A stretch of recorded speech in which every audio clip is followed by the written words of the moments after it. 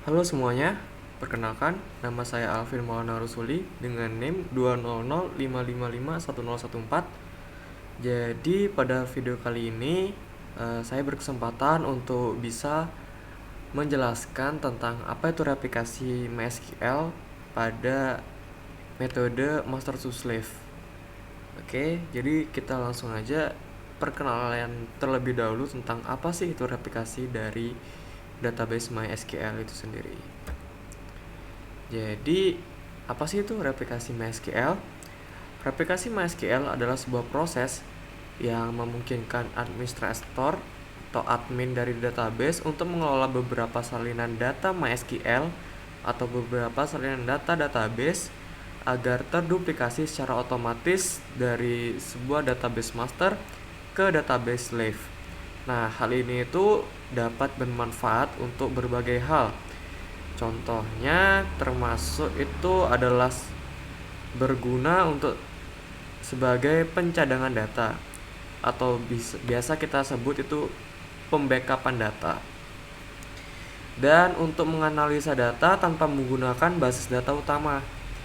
Dan yang terakhir, untuk keuntungan yang kita bisa dapat dari sebuah replikasi pada sebuah database yaitu untuk keperluan scale out yang nantinya akan mengarah ke big data itu sendiri. Oke, cukup dari perkenalan singkat dari sebuah replikasi pada MySQL. Kita langsung aja lihat bagaimana proses-proses yang terjadi untuk melakukan replikasi terhadap database kita. Oke, jadi untuk percobaan kita kali ini, kita memerlukan sebuah VirtualBox, satu buah VirtualBox yang nantinya di VirtualBox itu kita akan menginstal sebuah operating system dan juga XMPP nantinya untuk database slave-nya. Jadi kita gunakan database slave pada VirtualBox yang sudah kita persiapkan sebelumnya. Nah, untuk masternya itu kita gunakan PC kita ini untuk menjadi master dari database-nya. Lalu yang kedua itu ada XMPP ya. Jadi untuk XMPP itu sendiri digunakan untuk mengaktifkan sebuah service MySQL karena di dalam sebuah XMPP ini nantinya sudah terinstall dari Apache, MySQL, PHP dan Perl. Nah, jadi oleh karena itu saya sarankan untuk menginstal XMPP aja untuk paket lengkapnya. Jadi kita hanya tinggal mengaktifkan saja pada laptop atau komputer kita. Jadi kita tidak usah susah-susah untuk menginstal MySQL secara terpisah. Khususnya pada laptop Windows, ini akan mempermudah kita untuk memasang atau menginstal sebuah service MySQL pada laptop Windows kita. Oke, kita langsung aja dari tahapan sebuah replikasi itu sendiri. Nah, jadi kita akan coba juga langsung. Nah, di sini pada bagian master kita memerlukan sebuah konfigurasi yaitu mengubah server ID menjadi 1 dan mengubah login sama dengan MySQL-bin.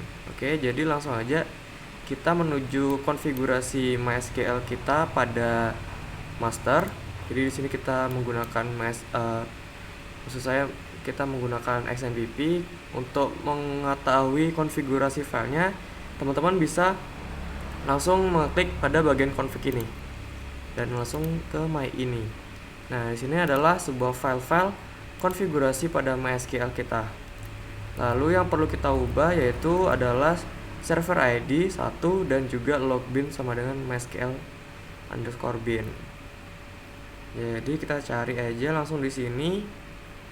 Biasanya ada dan masih terkomen. Jadi karakter pagar di sini berfungsi sebagai komen yang artinya nantinya variabel-variabel yang dikomen tersebut tidak terbaca oleh sistem MySQL itu. Oke, jadi kita hapus saja komennya. Di sini sudah, dan ini logbinnya, jangan lupa kita juga hapus komennya. Oke, jika sudah dua ini kita bisa langsung save file ini dengan memencet Ctrl S. Oke, konfigurasi untuk database masternya sudah selesai. Lalu kita beralih ke tabel slave-nya. Maksud saya database slave-nya. Oke, jadi untuk database slave-nya kita memerlukan kira-kira 3, yaitu ada server ID-nya kita ubah menjadi 2. Dan logbin-nya kita ubah menjadi ini. Lalu relay log-nya kita ubah menjadi seperti berikut. Oke, kita langsung aja ke VirtualBox-nya. Oke, kita sudah berada pada VirtualBox. Jadi pada VirtualBox ini saya menginstal sebuah OS, Elementary OS, agar bisa melakukan replikasi. Sebenarnya teman-teman bisa juga untuk menggunakan OS Windows. Cuman di sini saya menggunakan OS Linux, khususnya distro Ubuntu, untuk tidak terlalu berat bagi laptop saya. Oke, jadi pada OS Linux, file konfigurasinya ketika kita sudah menginstal XMPP atau LAMPP pada Linux, itu berada pada folder OPT,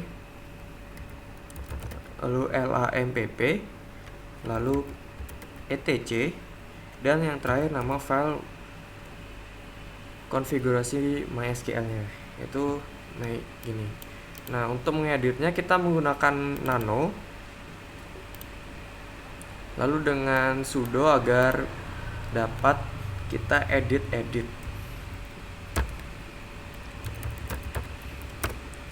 Oke, di sini sudah terlihat tampilan dari isi my.cnf. Jadi ketika di Linux namanya my.cnf dan di Windows namanya my.ini. Jadi itu sebenarnya sama aja. Lalu kita ubah di sini server ID-nya menjadi 2. Kita cari, oke, ini server ID sama dengan 2. Lalu logbin-nya MySQL bin, lalu kita taruh relay log-nya. Hati-hati teman-teman untuk agar tidak melakukan typo saat pengetikannya. Oke, relay log sama dengan var log MySQL relay bin log. Oke, ini sudah. Jadi kita langsung save saja dengan menggunakan Ctrl S, dan kita lakukan exit dengan menggunakan Ctrl X. Oke, di sini sudah. Lalu oh iya, tadi karena kita kan sudah mengedit konfigurasi dari MySQL di sini, kita harus melakukan stop dan melakukan start kembali agar file yang sudah kita ubah tadi dapat dibaca oleh sistem MySQL itu. Oke, karena yang di sini di VirtualBox kita masih belum berjalan XMPP atau LAMP-nya, kita lakukan start dengan membuat sintaks opt LAMP start. Oke, dengan ini kita menjalankan service kita, itu Apache, MySQL. Nah, ini nantinya pro untuk FTP-nya, tapi kita tidak perlukan ini, kita hanya mementingkan untuk MySQL-nya ini saja. Oke, kita coba untuk pergi ke MySQL kita dengan menggunakan username root. Oke, ini berhasil masuk. Lalu kita coba masukkan di CMD kita yang ada di laptop kita ini. Oke, berhasil juga untuk masuknya. Lalu tahapan selanjutnya apa sih?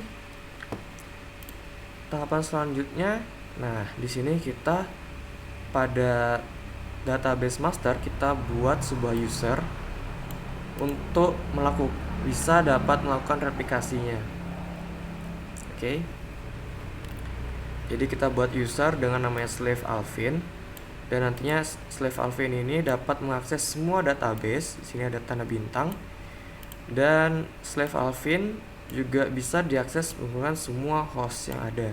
Jadi tidak ada batasan host-host apa saja yang dapat mengakses slave Alvin, sehingga nantinya ketika si VirtualBox ini ingin mengakses MySQL dengan user slave Alvin pada laptop kita ini, nah VirtualBox ini dapat mengaksesnya gitu teman-teman. Jadi gunanya ini agar VirtualBox dapat mengakses user akun ini, lalu dengan password rahasia. Oke, jadi kita coba aja langsung praktekkan dengan membuat sebuah user ya. Oke, jadi kita coba langsung run.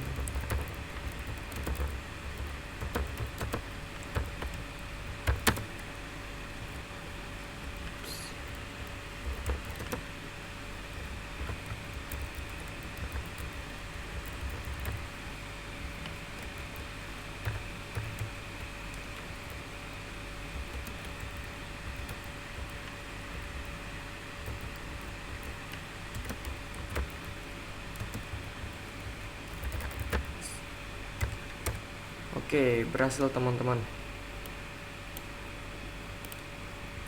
Oke, jadi tahap pertama sini kita sudah menjalankan sintaks ini, dan lalu kita lakukan flush untuk privilege-nya, untuk mereset kembali privilege yang sudah kita buat sebelumnya. Karena di sini kita sudah membuat ini, jadi kita perlu untuk merefresh atau memflushkan agar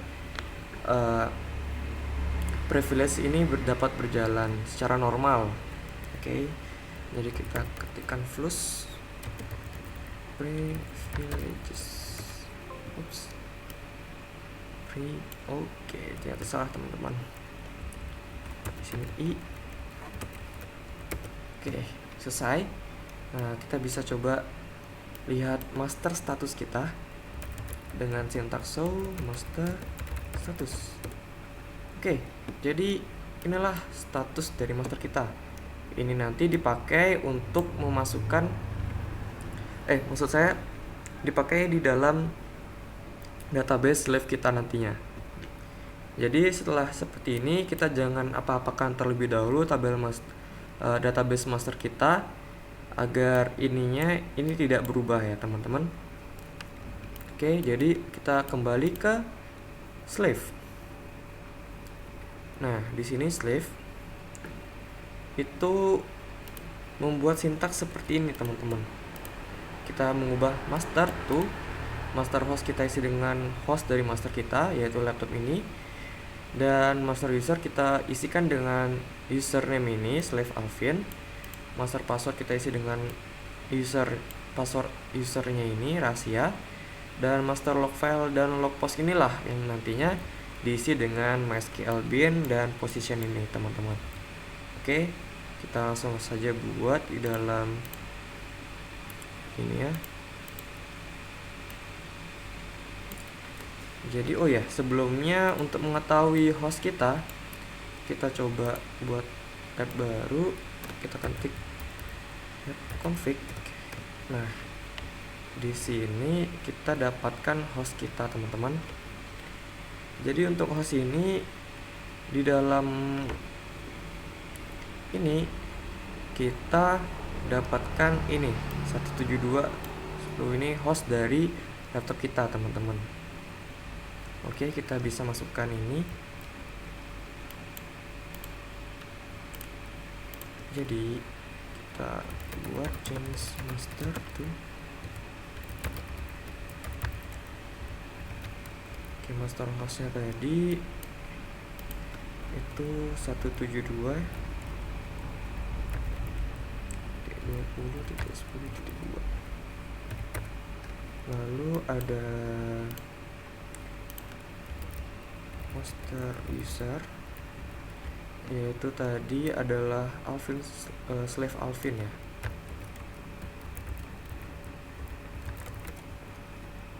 Jadi teman-teman sebenarnya bebas ingin menggunakan username apa.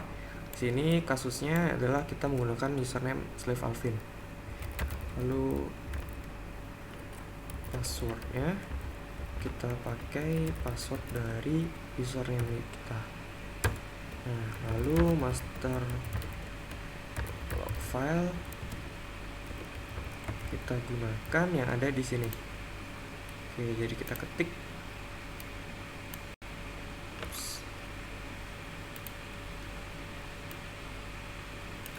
Oke, kita matikan MySQL. Bin 1 2 3 4 5. Oke. Lalu kita isikan master log positionnya nih. Kita masukkan karena angka kita tidak perlu ketik. Kita langsung aja. Oke. Ini sudah. Ternyata ini tidak ditemukan ya teman-teman. Mungkin bisa kita hapus saja untuk relaynya agar tidak terjadi error.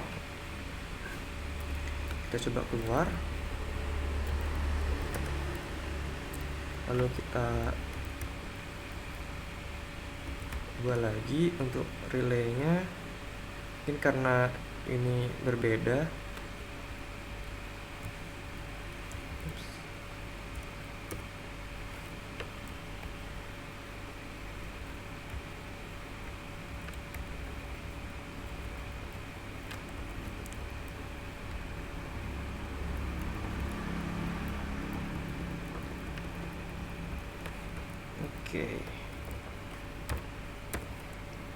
Oke, kita lakukan restart terhadap server MySQL kita.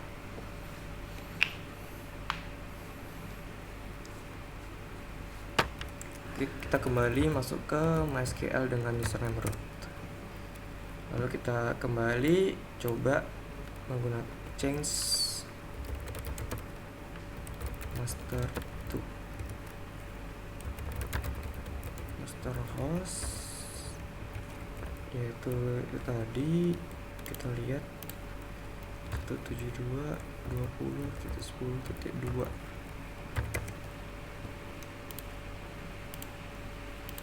ini master user sama dengan slave admin, master password itu rahasia.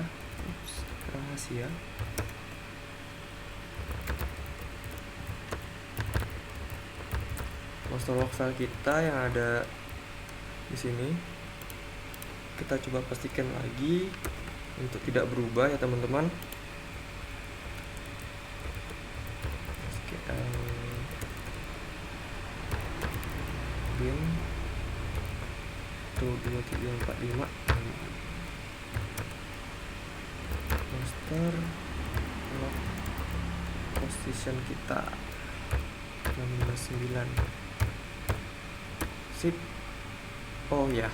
Nah, kalau misalnya terjadi hal ini, kita harus lakukan mengestopkan slave kita terlebih dahulu teman-teman, dengan sintak seperti berikut: stop slave.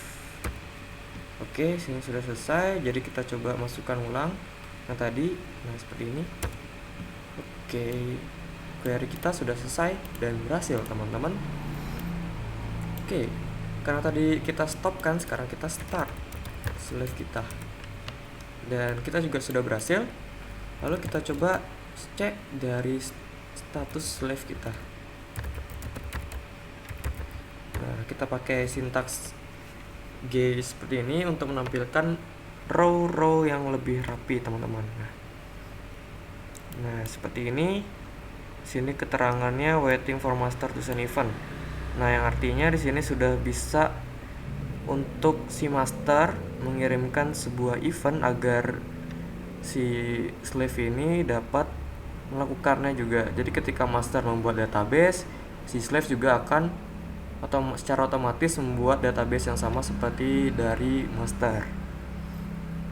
Oke, untuk gininya, untuk memastikannya kita coba show database yang ada pada pada database slave kita. Nah, di sini hanya terdapat seperti ini ya teman-teman. Jadi untuk itu kita coba create database slave Alvin. Nah, kita coba membuat database dari master. Apakah si slave sudah dapat membuatnya juga? Oke, kita show database kita yang ada di sini. Nah, sini sudah ada teman-teman slave Alvin. Kita coba di sini. Oke, nah ternyata sudah berhasil nih teman-teman. Jadi si master ini sudah berhasil. Master slave replikanya ini sudah berhasil. Nah, tapi gimana kalau misalnya si slave yang membuat sebuah database baru? Nah, kita coba aja.